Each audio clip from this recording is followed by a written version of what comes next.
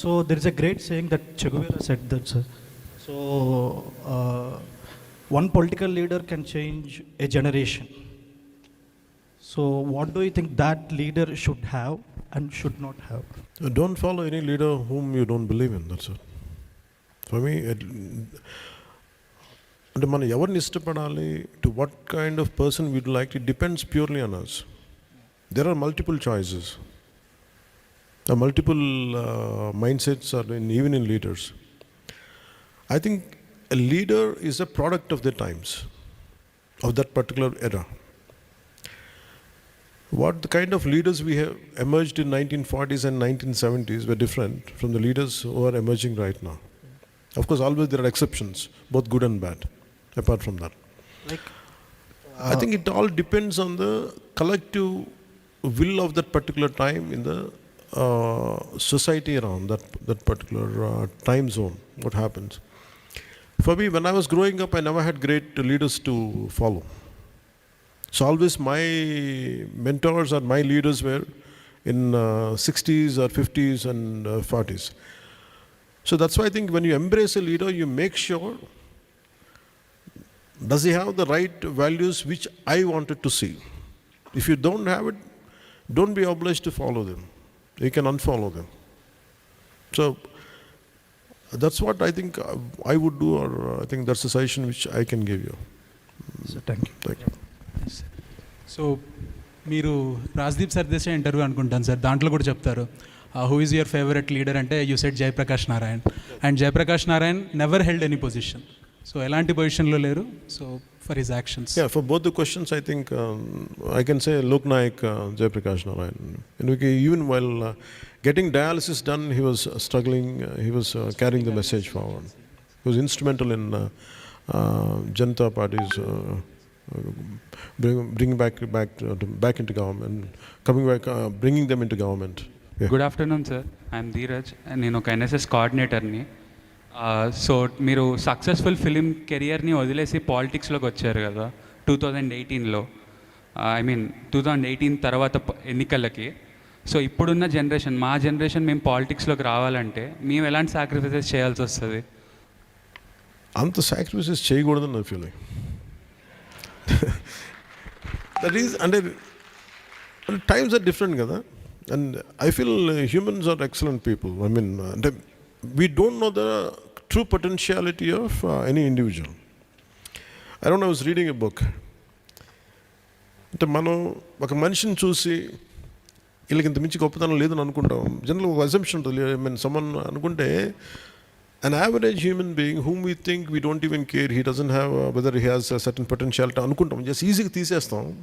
The greatest quality comes from the extreme adverse situation when that person is put into. ఇది ఒకసారి I think some other country, I think probably, I don't know from, I'm not able to recall which book it is, but I read this incident. A policeman, I think in Hawaii, it happened in Hawaii. చిన్న ఒక bridge మీద car వెళ్తూ ఉంటే suddenly they had seen a man who is about to jump from the cliff. ఈ police man అసలు ఇప్పుడు స్వార్థం తప్ప ఎలాంటి వాడు లేనోడు. He never used to care for people, though he was a policeman. But on that particular day, when that guy was about to leap from the cliff, ఇతను వెళ్ళి కారు ఆపి ఇతని పార్ట్నర్ పక్కన ఉన్నా కానీ ఇతను దిగేలో వెళ్ళిపోయి he held him and he saved him. And in the process, he was about to fall into the cliff, and his partner came and saved them both. So he asked him, నువ్వు ఎందుకు చేసావు, ఇంత risk ఎందుకు పెట్టావంటే, and I said, suddenly that humanity in me has awakened. Suddenly I felt I don't want him to die. ఇంత selfish person కదా, నువ్వు ఎందుకు చేసావంటే, I don't know what happen to me అంటే, the writer says in any human being sacrifice should not be, it comes naturally when it is needed. So you don't have to sacrifice something for the sake of it. In the journey, if it becomes a part of it, you do it. నేనే నమ్ముతానంటే, sometimes in my case I didn't want to sacrifice, but I was forced to give up certain things to walk on the path. And again, I personally feel, if the suggestion that if I have to advise somebody to come into politics is, first thing is, don't sacrifice. Be consistent. అంటే మనం ఈ పని చేయాలనుకున్నప్పుడు without sacrificing your routine, your bread and butter. And politics should not become a money-making business. Anyone who would want to come into politics, for that reason, don't sacrifice. You have to have an occasion. You have to have a profession. You have to have something to hold on to make money. And if you look at all the freedom fighters, they were all great liars. They were making money. They had their own businesses, including Dadabhai Naoroji. They were big businessmen. They were doing something. They were able to contribute back. People who had done some teachers, basic small job holders, they participated in the freedom struggle. I think to be in part, I think your profession, your passion are two different things. I think if politics is my way of serving nation, I think that should not become your means of business. I think in that way, that's the reason why you should not sacrifice. You have to have an occasion.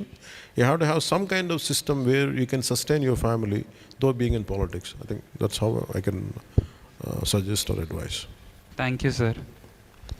And I think that's a great way, sir, for us to also maybe reduce corruption, because there's no greed, because there's self-sufficiency. But that's a whole different discussion. Yeah, I think I have a point to add, sir. Even late Arun Jaitley ji used to say the same thing. So encourage successful professionals to join politics, because they can sustain themselves, so they don't seek any money from the system as such.